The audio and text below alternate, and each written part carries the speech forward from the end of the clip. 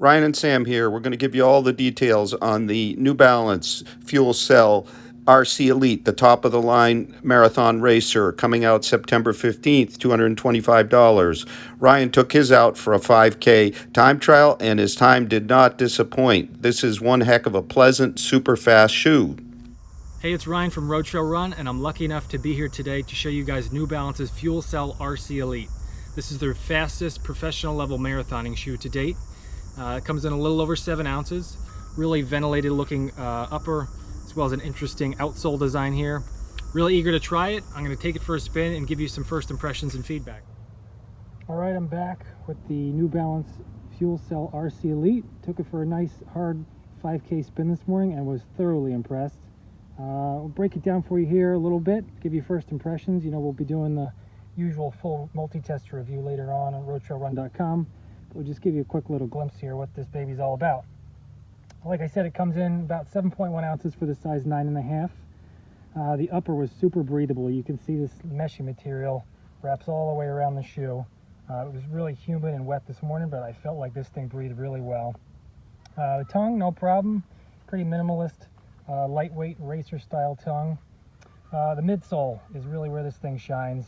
It's got, you know, one of those super shoe, really soft midsoles here. You'll just have to take my word for it, but the heel especially is just super soft. You can see how pliable it is here. Me just squishing it around. The midsole's a little bit firmer, but still very forgiving, and just an overall really pleasant, really lightweight ride. It does have a full carbon plate through this whole thing, so this shoe is super stiff, much stiffer than any kind of daily trainer that I or anybody would use on a daily basis. It's got this Dynaride outsole, what they're calling here, and it's about 3 millimeters thick.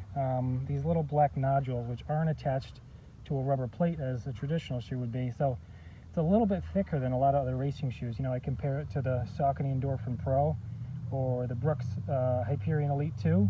This outsole is probably twice as thick as the rubber on those outsoles.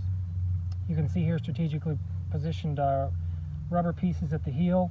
It was really wet this morning when I ran, and I really had no problems with grip, so really impressed there as well. The heel counter on this thing, really nice stout, especially for a racing shoe. You know, it's pretty solid. I had no problems at all with my foot moving around. The midsole held my foot in place very nicely throughout. So overall, just a super great ride. Very, very pleasant, very forgiving, and the energy return on this is just unbelievable. So that's just a taste of the New Balance FuelCell RC Elite. I used it for a 5K this morning. They intended this to be a marathon shoe, but really it can do anything in between. It's so light, so comfortable, and responsive. We have the New Balance FuelCell RC Elite, which is New Balance's new and long-awaited marathon racer. So the RC Elite has the FuelCell midsole. It's a new kind of fuel cell. We've been told it's an EVA TPU blend that's autoclaved, so it has less density.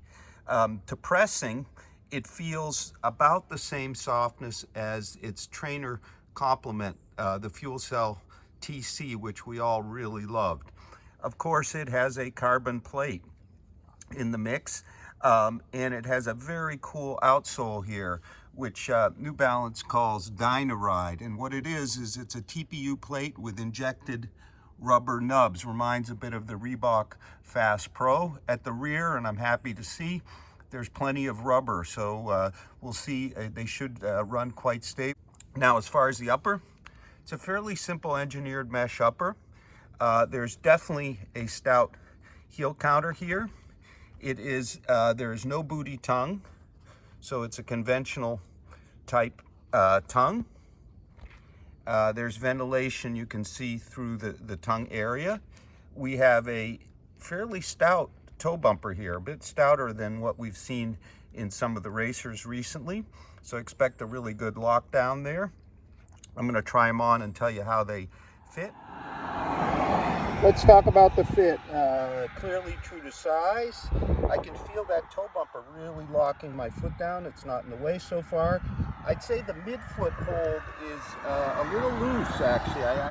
Mid-run, I moved the lace to the back hole on the medial side, and I'm getting better lockdown. Those with wider midfoots should be quite happy here. In terms of weight, They come in at about 7.1, 7.2 ounces or 204 grams based on my sample here. So that puts them a little bit lighter in weight than the Endorphin Pro or the even the new Alpha Fly, but a little bit heavier than the Next Percent. So right in the game there, close to 7 ounces. So it's a 10 millimeter drop shoe. It of course has a carbon plate. So let's talk about the ride. So the heel feel reminds me a lot of the FuelCell TC. Lots of bounce off the heel. I particularly appreciated the rubber, which gives it really good response off the heel. It doesn't feel mushy in any way. Up front, it's soft and very springy. The plate here is just absolutely not noticed, but it's working. I can feel the final toe-off impulse from the plate, but this is a very comfortable ride. I would compare it to a smoother A6 Meta Racer in terms of the ride. It's a little bit softer in the forefoot, I think in part due to this outsole, the little rubber nubs. So you don't have a tremendous amount of kind of firm pop. It all blends very well together for a very smooth, fast toe-off impulse. I thought my cadence felt super fast here. In terms of the upper comfort, it's the midfoot here. I was a bit worried, but it's just comfortable and roomy and well held. So as your feet swell in a marathon, I think it'll be just about ideal. I also appreciated the firmer toe bumper, which kept my foot really locked down. Sometimes in some of these softer uppers, toes tend to rise. You really want to drive down. So I ran about 4 miles. I threw in for me a 7:19 mile to start, then took it easy, and then the last mile, a segment I run hundreds of times, I threw down a 7:09, one of the fastest times there I've run in several years. Very, very humid today and decently warm. So where does it kind of compare? There are obvious comparisons to be made between our FuelCell TC over here and the RC. So the RC you can think of as the racing complement to the TC. You can see, and we don't have exact stack heights, that the TC has more stack height, weighs about 2 ounces more, largely I think due to the different formulation of the fuel cell here.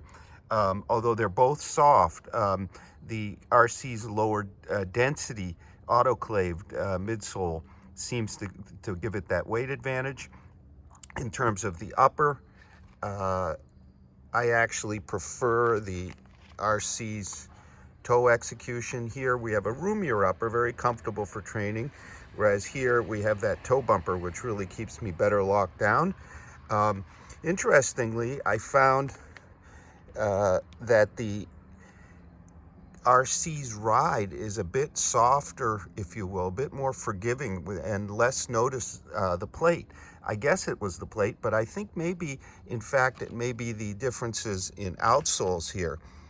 Here we have a lot of full coverage dense rubber. Of course, it's going to last longer, and that seems to give it its firmer ride than our Dyna ride here with these rubber pods that, while firm, are dispersed, if you will. You can see that there's fairly similar heel rubber between the two. So I'm going to say that while maybe a touch less cushion, the RC's ride is almost more forgiving. Of course, it's a racing shoe. It's not going to last as long. So it's a very interesting matchup, a bit more protective maybe for your TC, a bit softer, easier going, and for sure faster for your RC.